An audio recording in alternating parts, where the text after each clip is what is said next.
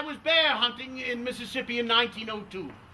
My friends and I had not even seen a bear, in great part from the fact that my friends from Louisiana and Mississippi attempted to outdo one another with regards to the expression of Southern hospitality. Those of you who are sportsmen or sportswomen understand you can either have a good hunt or a good picnic. You generally cannot have them both at the same time in the same place. I'm sure we scared every bear out of the Delta. But on that third night, the famous hunting guide Holt Collier came into camp. He said, "Mr. President, I shall have you a bear by morning if I need to bring it into camp on the end of a rope." We all laughed.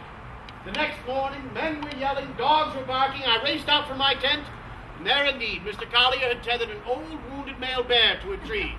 The bear was greatly wounded on its chest. Hunting dogs had attacked the bear killed 2 of the hunting dogs.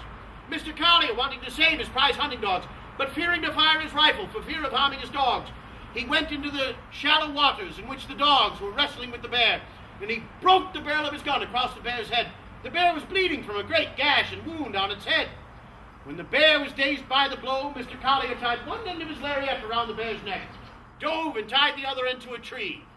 And this horrific scene is the scene upon which I came rushing from my tent. My horror compounded when one in my hunting party said, "Mr. President, there's your bear. Go ahead and shoot your bear." Why, what a cowardly thing that would have been to do. I had founded Boone and Crockett, the nation's first fair hunting and conservation organization. I refused to shoot that bear. The cartoonist Clifford Berryman, hearing that story, drew a cartoon of the incident, called it "Drawing the Line in Mississippi." The cartoon showed me refusing to shoot a small bear cub tied to a tree. When I returned to the White House, I received a letter from the Mictum family.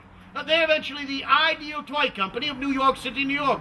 Mrs. Mictum, in her letter to me, asking permission to make a stuffed bear and to name it after me. I wrote back and said, "You may go ahead and do so, but I don't think it will help your sales very much at all." I hope that you and your children and grandchildren have known the love and comfort of what then was called Teddy's Bear.